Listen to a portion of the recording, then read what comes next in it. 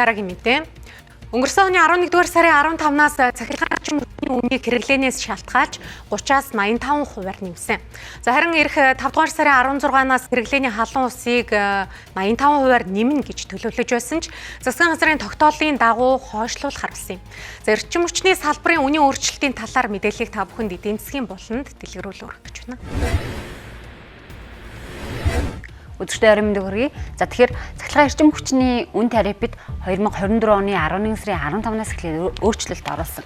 За ингэхдээ уулуурхай чиглэлийн аж ахуйн нэгж байгууллагын хувьд шинэ тарифын өсөлт нь 16% байсан бол бусад аж ахуйн нэгж байгууллагын хувьд бол 30%-аар өссөн. Харин айл өрхүүдийн хувьд хэрэглэнээс нь шалтгаалаад 3 шатлал тарифаар буюу за 30-аас 85%-аар өссөн. Киловатт цагийн хувьд хамгийн энгийн ойлгомжтойгоор нь харах юм бол 150 болон 300 киловатт цаг хүртэлх одоо ийм хэрэглээтэй айл өрхүүд голцоо орон сууцнд амьдарч байдаг.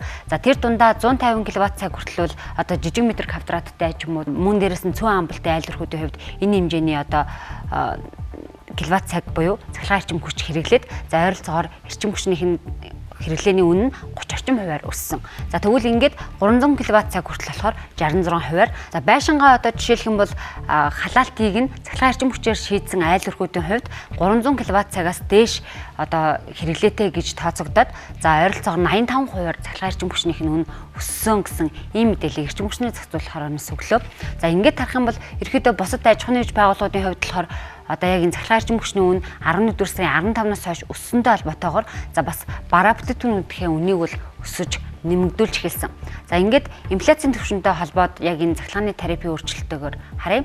2024 оны яг 11 сарын 15-наас ингээд одоо яг энэ цахилгаан эрчим хүчний үнийн өөрчлөлт орсон. За түүнээс хойших цаг хугацаанд бол ялцчгүй ингээд үнийн хувьд хүнсний босч байсан тэр бараа үйлчилгээний хувьд ч тэр ялцчгүй энэ цаг хугацаанаас хойш бол хэрэглээний үнийн индекс бол өссөн ийм дүр зураг ажиглагдсан. Гэхдээ энэ дундаа болохоор дотооддоо үйлдвэрлэж байгаа аж ахуйн нэгж байгууллагын хувьд болохоор уг нь бол яг тухайн аж ахуйн нэгж байгууллагын хэрэглээний цахилгаан эрчим хүчнийх нь үнэ нь 30% өссөн идэж гисэн бодит байдалд бараа бүтээгдэхүүнийх нь үнэ бол түүнээс давж өссөн ийм дүр зураг ажиглагдсан. Энэ мэд цахилгаан эрчим хүчний үнийн өсөлт нь за суурь инфляцид нөлөөлж за ерөнхийдөө иргэдийн хэрэгжилж байгаа бараа бүтээгдэхүүн бүхий л төрлийн үйлчилгээний үнэ бол өссөн. За үүнтэй холбоотойгоор засгийн газраас бас тогтоол гаргаад за цаашид бол одоо аливаа нэмэгдэл татвар хураамж төлбөрийг бол нэмэхгүй байх шаардлагатай гэж үзсэн юм. Одоо энэ хугацаанд ямар нэгэн байдлаар одоо үн тарифыг хөдлөхгүй байх. Доктортой байдлыг одоо хадгалах нийгэм тодорхой хэмжээний ийм одоо инфляцийн шок гэх юм арга хэмжээнүүдийг авахгүй байх юм засгийн газрын тогтоол батлагдаж байна. Тэгэхээр энэ зохицуулах хорооноос гарсан шийдвэрээ эргэж хараад үүнийг бол хойшлуулах арга хэмжээ аваа гэдэг ийм засгийн газрын шийдвэр гарсан гэсэн үг.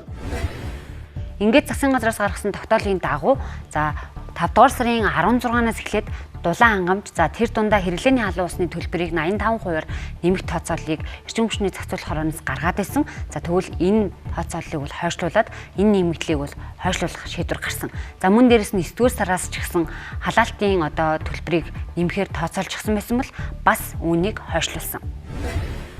Хөрөнгөний дутагдалд орж байгаа нь тэр одоо дутагдлаа өөрөөр санхүүжүүлэх. Одоо зээлэр ч гэдэг юм одоо эсвэл бусад одоо бэлтгэн нийлүүлэгч татвар нийгмийн даатгалд өр үсгчил явах юм нөхцөл байдал үүсгэлтэй.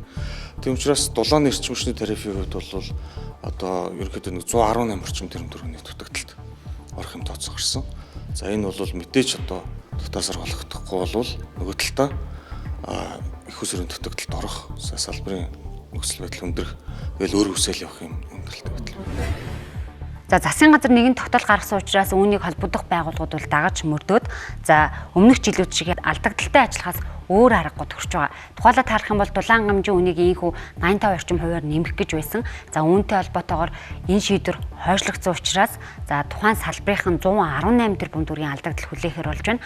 За уг нь бол цахилгаан эрчим хүч за дулаан хангамж өөрөө тухайн улс орны хувьд хамгийн чухал салбар нэдэг. За энэ салбарыг хөгжүүлэх, шинжлэх, за тухайн салбарыг алдагдaltaгүй ажиллах нь бол нэн чухал гэдгийг салбарынхан онцлон хэлдэг. За гисэн идэж гисэн үүнийг одоо алдагдaltaгүй ажиллуулах гэж хичээгээд за хит одоо огцон үнээр буюу 30-аас 85%-аар тухайн салбарын үнийг нэмсэн нь өөрөө иргэдэд бол дарамт болоод ирчихсэн. За энэ байдлаасаа сургамж аваад аль болох ийм өндөр хувиар огцом нэмэлгүйгээр за жилдээ 1-2 удаа за эсвэл улирлалтыг маш бага дүнгээр бол нэмээд явсан бол энэ салбар бол алдагдaltaгүй ажиллах боломж байсан, цаашдаа хөгжих боломж нь байсан гэдгийг бол хүмүүс бас тодтогд юм аа. Мэдээлэл та бүхэнд хүргэлээ.